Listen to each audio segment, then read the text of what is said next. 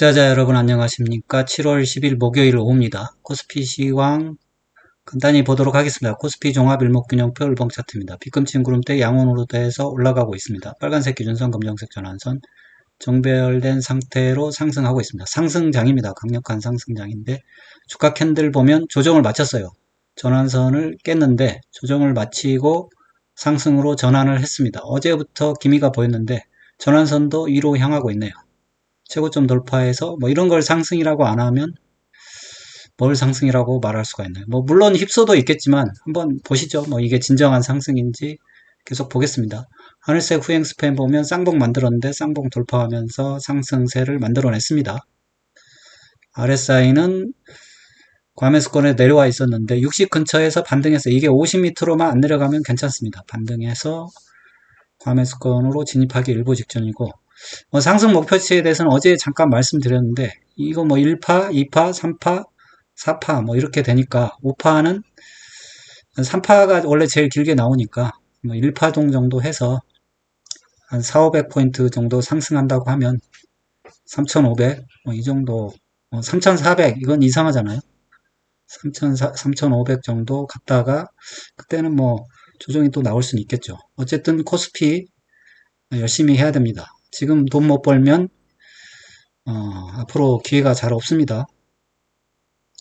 코스닥입니다. 코스닥은 코스피 때문에 억지로 끌려가는 거예요. 억지로 끌려가는 거고 물론 언젠가는 뭐 힘을 낼 수도 있겠는데 왜냐하면 뭐 살 게 더 이상 없으면 코스닥도 사겠죠. 근데 지금 아직은 코스피가 시세를 분출을 하고 있는 중이라 코스닥은 좀 어려운데 어쨌든 코스닥도 전고점을 돌파하려고 하고 있습니다. 이거는 뭐 고점 돌파를 안 해서 상승이다 이렇게 말하기도 힘든 시장이 코스닥입니다. RSI 50 근처에 머물러 있습니다.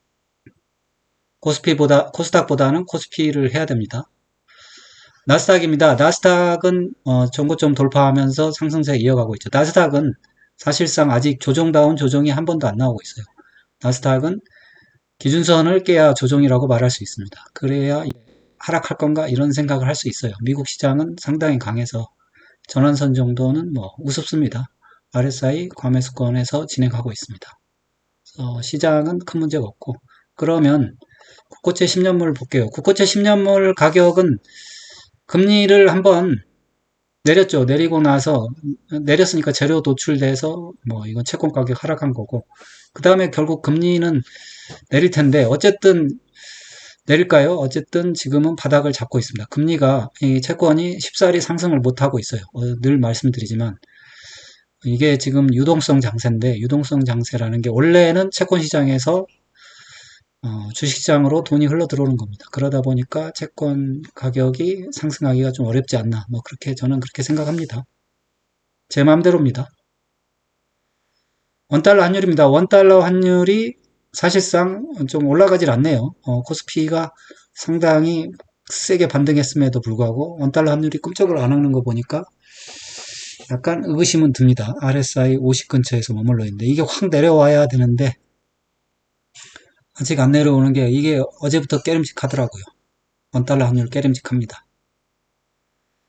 유가는 뭐 65달러에서 반등하고 있는데 뭐 물론 중동 사태가 뭐 완전히 정리된지 어쩐지 모르지만 이게 80달러 안 넘어가면 괜찮습니다. 괜찮고요. 그 다음에 지표를 볼게요. 지표가 LRS가 결국 돌렸네요. 이렇게 중간에 돌릴 것 같았는데 R스퀘어드도 지난번에 0.16에서 0.120에서 돌렸는데 이번에는 0.23에서 돌렸어요. RSI도 돌렸는데 아직 과매수권까지 들어오진 않았고 MACD 오실레이터 음이 다 줄었습니다. 캔들이 볼린저 밴드에 바짝 다가섰습니다. 완전한 상승장이고 스토캐스틱입니다. 스토캐스틱이 어제 말씀드렸는데 단기, 중기가 완전히 지난번 조정이랑 똑같은 패턴이에요. 단기는 한번 접었다가 골든크로스, 중기는 그냥 중간에서 어정쩡하게 반등.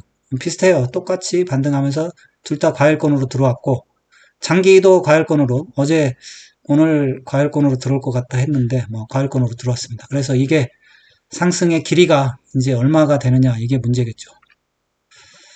조금 오랫동안 올라갔으면 좋겠습니다. 아예 뭐 영원히 올라가면 좋을 텐데 그럴 수는 없죠.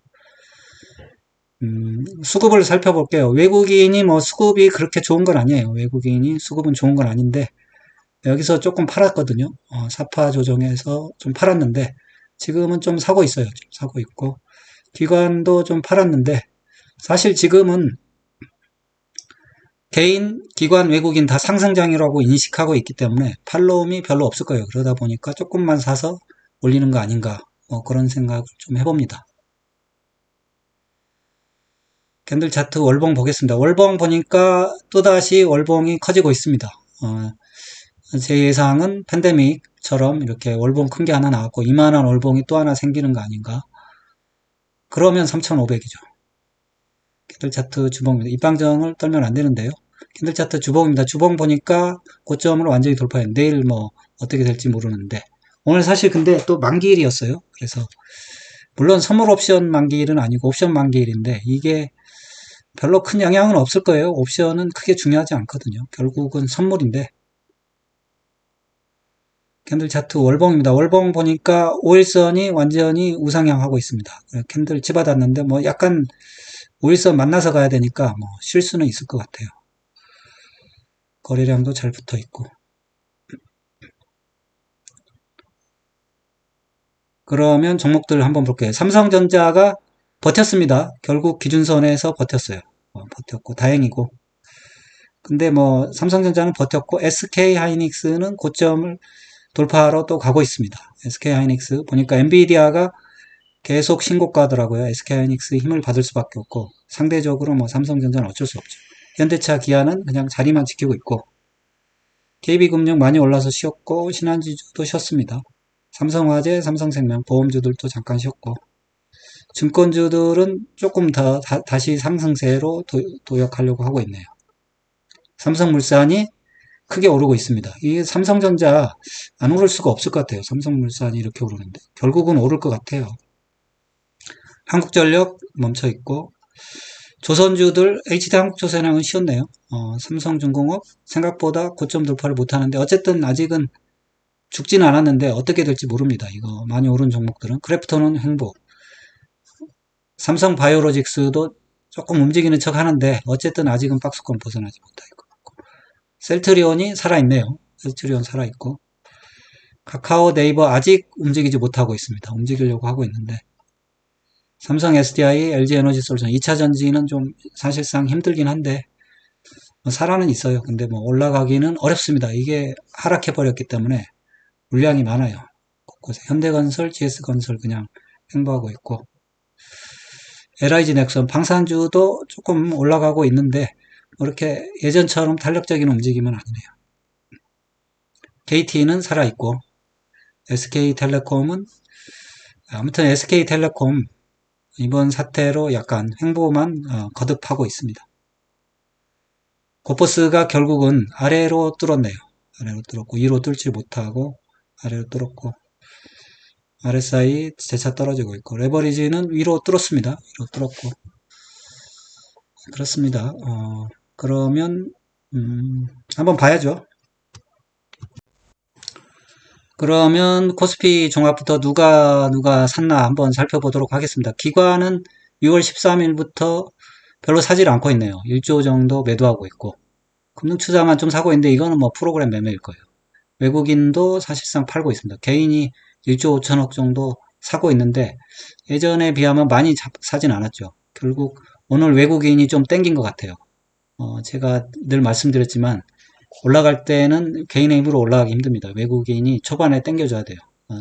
한 며칠 땡겨주면 그냥 올라갈 수도 있을 것 같습니다. 며칠은 땡겨줘야 되는데 오늘은 좀 땡겼는데 오늘 뭐 한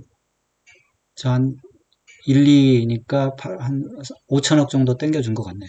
기관은 그냥 쉬었고 그래서 오늘 외국인이 땡겨줬고 그 다음에 선물 봐야죠. 선물도 외국인이 뭐 선물은 별로 변화가 없네요. 그냥 만계약 정도 마이너스인데 기관은 그래서 외국인이 선물을 움직이지 않다 보니까 기관이 오늘 조용했네요. 결국 외국인만 좀 끌어서 올린 것 같고 그렇습니다. 그렇게 돼 있고 아직은 뭐 선물이, 근데 뭐 6월 13일부터라 사실 저는 뭐 롤오버 되고 이런 거는 잘 모릅니다. 일단은 거기서부터 이렇게 됐다. 만계약 정도는 뭐 그렇게 심하게 한 건 아니죠. 그다음에 콜과 풋은 사실 의미가 없어요. 오늘 끝났어요. 콜과 풋은 끝나서 큰 의미는 없고, 그렇죠. 오늘 뭐 마지막까지 쥐어짜냈겠죠. 외국인들이 콜에서 아마 돈을 좀 짭짤하게 벌지 않았을까 싶은데, 그냥 뭐 재미로 보시죠, 뭐. 콜 볼까요? 콜 보니까 오늘 또 급등시켜가지고 짭짤하게 챙겼어요, 콜. 콜에서 어차피 양매수였거든요. 콜하고 풋 매수해놨기 때문에. 풋은 뭐, 사실 가격도 엄청 저렴하잖아요. 그래서 콜에서도 짭짤하게 챙겼다. 뭐 이렇게 말씀드리겠습니다. 예, 이걸로 마칠게요.